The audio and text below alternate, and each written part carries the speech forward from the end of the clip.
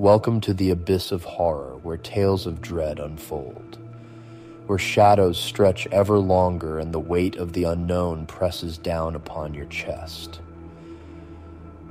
You have come seeking the unspeakable, and I, your humble guide, shall deliver. Tonight, we walk together into the darkest corners of the earth, places where no sane soul would tread, where the air is thick with an unnatural silence, and the ground itself seems to pulse with malevolent intent. These are the places where the laws of nature have twisted, where the dead speak in whispers only the most unfortunate can hear, and where life itself feels like an unwelcome guest. Before we begin, if the cold fingers of the dark thrill you, if you wish to descend deeper into this abyss, then like and subscribe to our channel. Your support is a flickering flame that keeps this darkness alive. Now, let us begin with a place where the trees themselves seem to beckon the lost.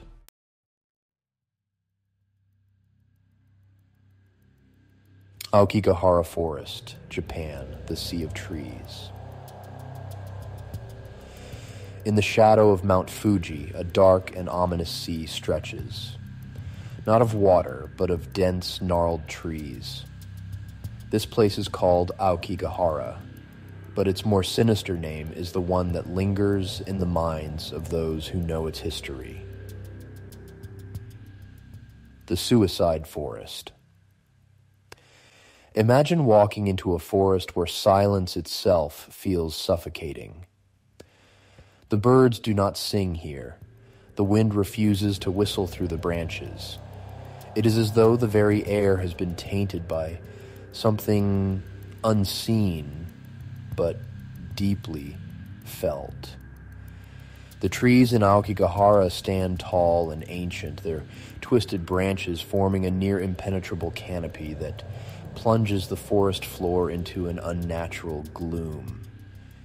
Even during the brightest day, the sunlight struggles to break through, casting weak, sickly beams of light that only enhance the sense of foreboding. The deeper you go, the more the world you know seems to fade away. Paths wind aimlessly, as if designed by something that doesn't want you to leave. Some who enter the forest never find their way out, lost forever to its twisting embrace. The roots seem to reach for your feet, tripping you at every step, as if the forest itself is trying to pull you deeper into its heart. But it is not just the landscape that chills the bones of those who venture here. Aokigahara has long been a place where people go to end their lives. In Japanese folklore, spirits of the dead, particularly those who died with unfulfilled desires or intense sorrow, become yurei, restless ghosts doomed to wander the earth. And in Aokigahara, the yurei are believed to be plentiful. Those who come to the forest seeking death do not come alone. It is said that as they walk through the trees, the yurei are already waiting for them. The spirits are drawn to the living, pulling them deeper into the forest's embrace, whispering promises of peace in death. Yet the peace they offer is a lie. The souls of the dead do not rest here. They linger in torment. Visitors have reported an overwhelming sense of dread as they walk the trails, as if they are being watched from the shadows. Some say they have heard faint whispers, calling them by name, though no one else was near. Others speak of ghostly figures glimpsed out of the corner of their eye, pale, translucent shapes flitting between the trees, always just out of sight. Objects left behind by the lost litter the forest floor. Discarded shoes, tattered clothing, notes of goodbye written in a trembling hand. These remnants of the departed serve as grim reminders of the forest's true nature. The police regularly patrol the forest, searching for bodies, but many are never found, swallowed whole by the trees. Compasses and GPS devices, normally reliable in even the most remote locations, often fail in Aokigahara. The magnetic properties of the volcanic soil may be to blame, but locals believe it is something far darker, that the spirits of the dead do not want the living to find their way out. There are stories of people who came to Aokigahara with no intention of dying, but were overwhelmed by an inexplicable urge to end their lives after spending just a few hours in the forest. It is as though the forest itself whispers to them, promising release from the pain of existence. Even those who leave the forest alive are not free from its influence. They say that Aokigahara clings to you, that its darkness follows you long after you've escaped its trees. Nightmares plague those who have entered. Dreams of being lost, of wandering through endless rows of trees, of hands reaching out from the ground to drag them down. And then there are the dreams where the dead call for you to return, beckoning with hollow eyes and open arms. But it is not just spirits in darkness that haunt Aokigahara. Some believe that something older lives in the forest, something not born of human despair, but far more ancient and malevolent. The trees themselves seem to move, shifting their positions when you're not looking. Some visitors have reported hearing a deep, rumbling sound beneath the earth, as though the forest were alive and breathing. Others claim to have seen shadowy figures much larger than any human, stalking between the trees. No one knows what truly lies at the heart of Aokigahara, but one thing is certain.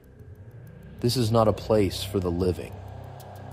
It is a place of death, a vast graveyard where the souls of the lost wander eternally, seeking something they will never find.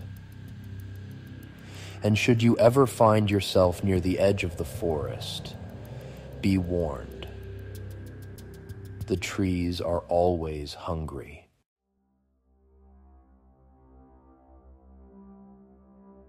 The Island of the Dolls, Isla de las Muñecas, Mexico.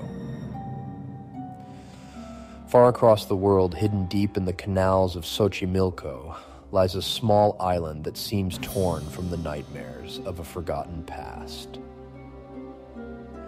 This is Isla de las Muñecas, the Island of the Dolls, and its story is one that haunts the souls of all who set foot upon it.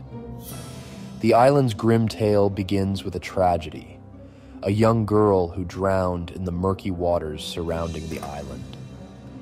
Her body was found by the island's lone caretaker, Don Julian Santana, a man who lived in isolation, tending to his crops and avoiding contact with the outside world.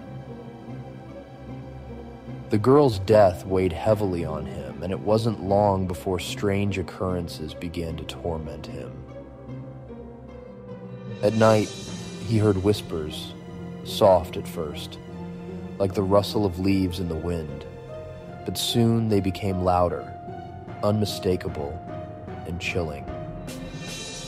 Julian believed the girl's spirit had never left the island, that her soul was trapped there, unable to move on. Desperate to appease her restless ghost, he began collecting dolls, hanging them from trees and fences, hoping to placate the spirit with these offerings. At first, it was just a few dolls. Simple, broken things salvaged from the garbage. But soon, the island was overrun with them. Hundreds of dolls, decaying in the sun and rain, their lifeless eyes staring out into the darkness. The dolls themselves are a horrifying sight. Some hang by their necks, their faces cracked and weathered by the elements. Others dangle from branches, missing limbs or heads, their bodies slowly being consumed by the island's relentless humidity. Their empty, hollow eyes seem to follow you as you walk.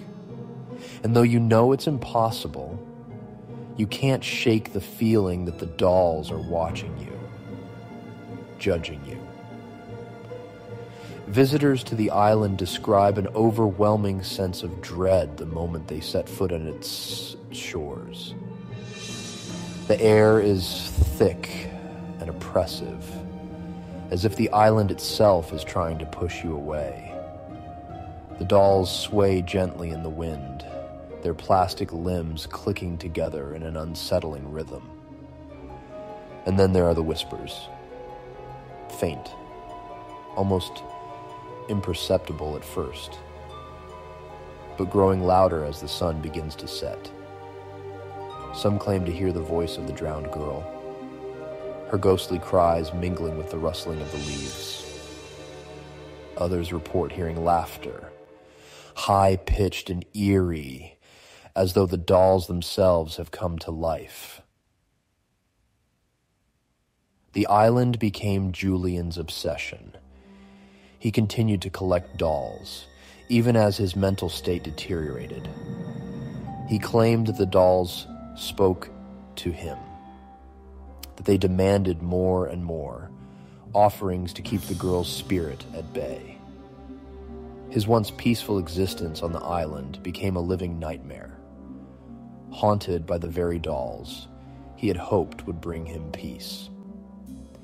In the end, it was the island that claimed him. Julian's body was found floating in the same canal where he had discovered the drowned girl so many years before. Some believe that her spirit had finally taken him, that she had grown tired of his offerings and had come to claim him as her own. Others whisper that it was the dolls themselves that killed him, that the spirits inhabiting them had grown restless and demanded a final sacrifice. After Julian's death, the island was left abandoned, a ghostly shrine to the drowned girl and the madness that had consumed her caretaker. But the dolls remain, hanging from the trees, their dead eyes watching, waiting for the next visitor to set foot on their cursed soil. And yet, despite the island's haunted reputation, people continue to visit. Some come out of curiosity, drawn by the morbid allure of the island's macabre inhabitants. Others seek to connect with the paranormal, to witness firsthand the strange phenomena that so many have spoken of. Many leave changed, their minds unsettled by what they've experienced. Visitors speak of dolls moving when no wind stirs, of hearing faint voices when they are certain they are alone. There are those who have felt cold hands brush their skin, only to turn and find nothing but rows of rotting dolls staring back at them. One tale tells of a man who visited the island with friends, mocking the local legends, daring the spirits to show themselves. As they made their way deeper into the island, the man suddenly collapsed, gasping for breath, his eyes wide with terror. He claimed he had felt something grab him from behind, something cold, something inhuman. The group fled, leaving the man behind in their panic. When the char asen tunstern for Radia returned with help. They found him lying in the same spot, his body rigid, his face locked in an expression of pure horror. He survived, but he was never the same. His friends said he would wake in the night, screaming about the dolls, swearing he could hear their voices even in his own home, hundreds of miles away from the island. And then there are the photos, innocent pictures taken by tourists who later discover something in the background that shouldn't be there. A blurred face peering from behind a tree, a doll's head that seems to turn towards the camera as the photo is taken. No matter how many times they look, they cannot explain what they see. The locals avoid Isla de las Muñecas, warning that it is cursed ground, a place where the dead and the damned have made their home. They say that once you set foot on the island, it never really lets you go. And as the dolls continue to decay, their plastic faces melting in the relentless heat, their blank eyes become ever more haunting, watching and waiting for the next unfortunate soul to wander into their domain. Perhaps you are curious now, perhaps even tempted to visit this place where the line between the living and the dead is so thin. But be warned, the dolls are always watching, and they do not forget. They wait in silence, hanging from the trees like forgotten children, their eyes filled with ancient, unspoken horrors. And when the wind dies and the whispers begin, you may realize that you are not alone after all.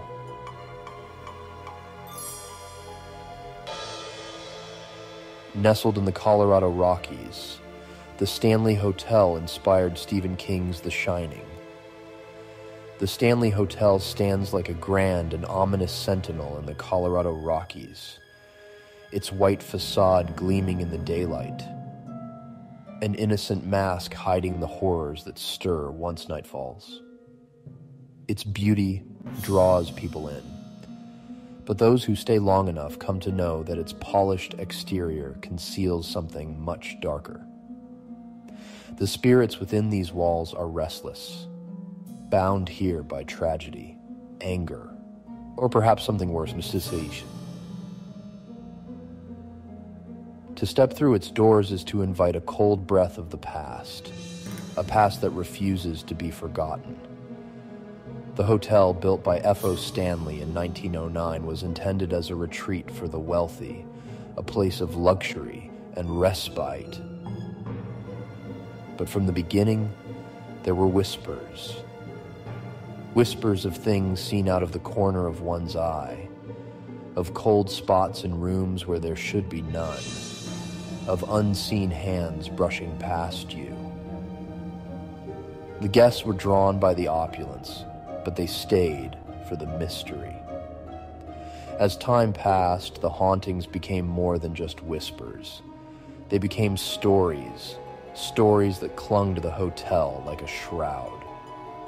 Room 217 is infamous, a room that has inspired both legend and terror.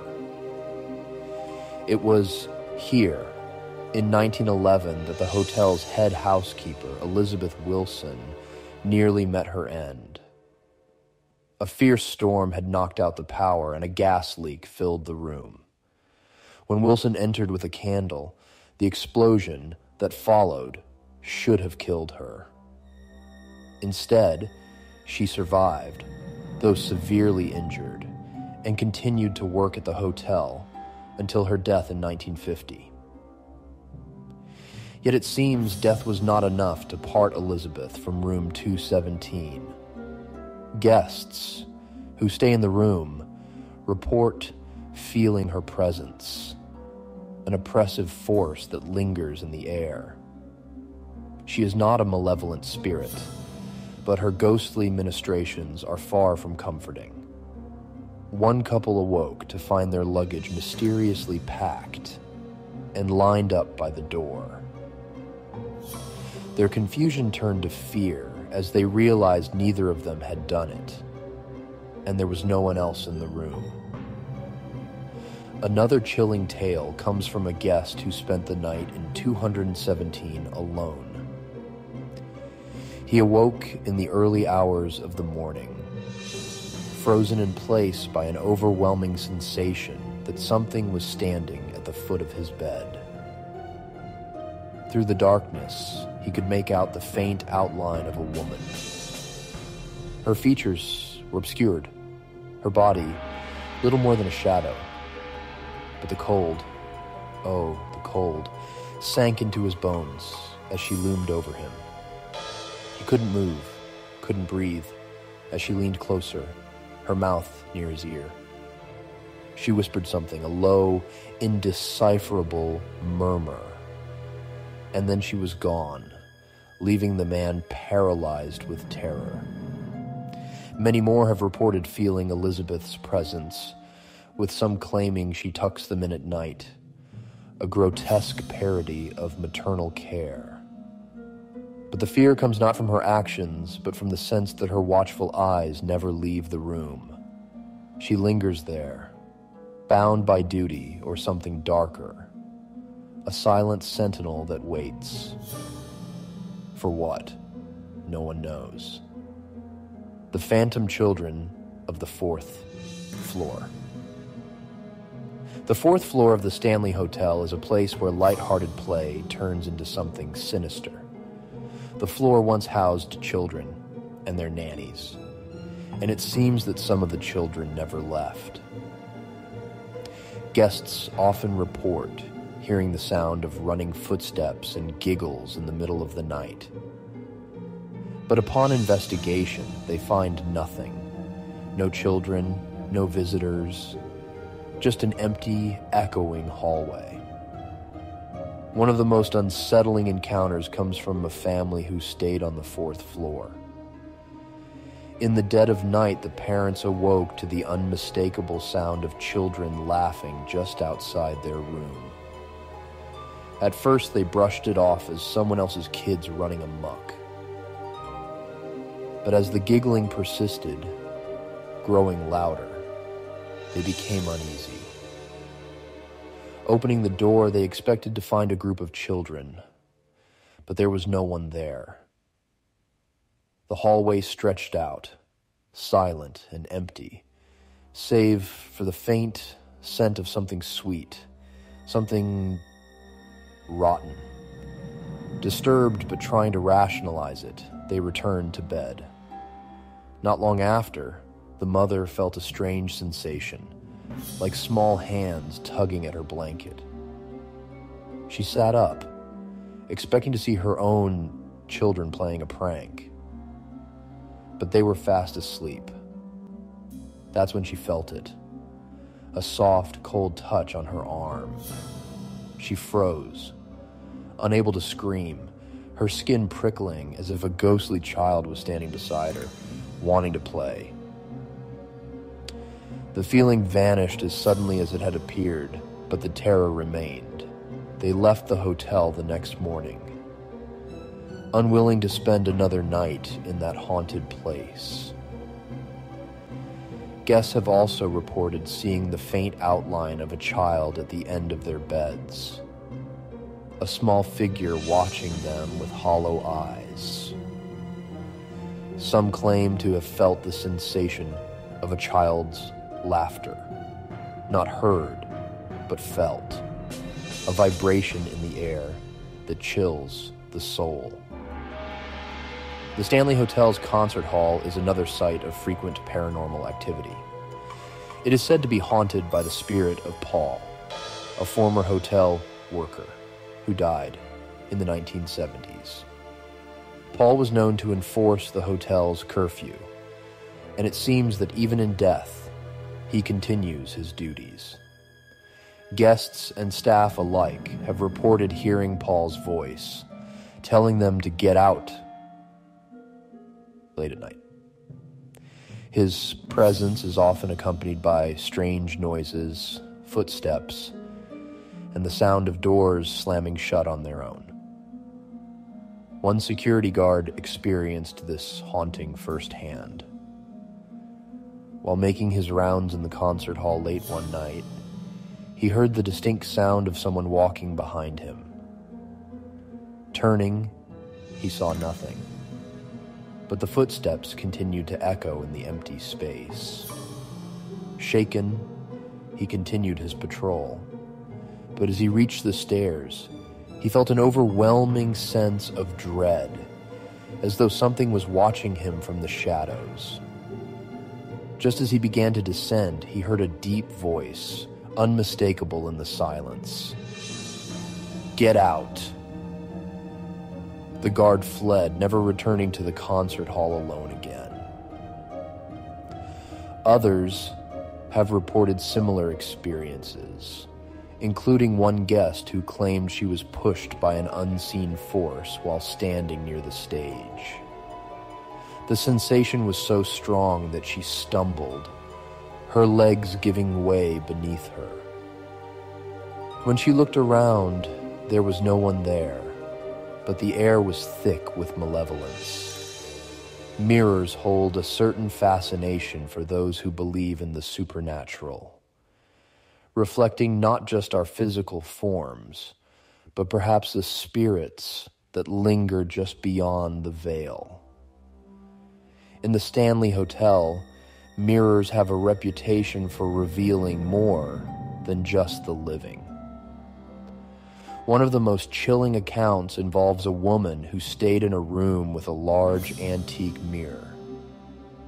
She awoke in the middle of the night, her throat dry, her heart pounding with a sense of unease she couldn't explain. Rolling over, she caught sight of something in the mirror. At first, it looked like her reflection, but as she stared, she realized it wasn't. The figure in the mirror was not lying down, but standing at the foot of her bed, staring at her. It was a woman, her face pale, her eyes dark and hollow. The reflection smiled, a slow, twisted grin that sent a jolt of terror through the woman's body. She bolted upright, but when she looked toward the foot of her bed, there was no one there. Only the mirror, which now reflected nothing but her own terrified face. She checked out of the hotel first thing the next morning, unable to shake the feeling that something had followed her home. In another room, a guest reported an encounter that will forever haunt his dreams. He awoke to a strange sound, a shuffling, as though someone was moving around in the room. His eyes darted to the closet where the door was slightly ajar. For a moment, everything was still, but then the door slowly creaked open. His breath caught in his throat as a figure emerged. A tall man, his face gaunt, his eyes sunken and black. The man stood there for a moment, swaying slightly, before stepping back into the closet and closing the door behind him. The guest sat frozen in his bed, the darkness pressing in around him. He could hear the faint sound of breathing, labored, heavy, but he couldn't tell if it was his own or something else. When dawn broke, he gathered his belongings and left, without a word to anyone. The Stanley Hotel stands as a testament to the notion that not all things can be explained. Some spirits are bound to this place, tethered by the weight of their pasts, by tragedy, and by a darkness that seeps through the walls like rot. Those who stay here may leave, but they take with them the memories of cold touches, of whispers in the night, and of eyes, unseen but always watching. For some, it's just a story, a thrill to chase. But for those who have felt the icy fingers of the dead, it's something far more real. And as you stand in the quiet of your own room tonight, you might wonder, are you truly alone? Then again, perhaps it's best not to wonder at all. And so, dear traveler, you have walked with me through the darkest places this world has to offer. Places where death lingers like a fog, where the very ground seems to pulse with malevolent intent, and where the line between the living and the dead is so thin, it can be crossed without you even knowing it. These places, Aokigahara, Isla de las Muñecas, the Stanley Hotel, are not just stories to frighten the curious. They are real. They exist in our world, waiting for those brave or foolish enough to venture into their depths. Perhaps you will feel their call. Perhaps you will be tempted to see these haunted places with your own eyes. But remember this, once you enter these cursed lands, they may never let you go. The darkness you feel now, that chill running down your spine, that is the abyss calling. It calls to all of us. If you have felt its pull, if you wish to continue descending into the unknown, like this video, subscribe to the channel and let us walk together into the void. And in the comments below, tell me, which word stirs fear in your heart? Let us feed the darkness together. Until next time, may the shadows keep you.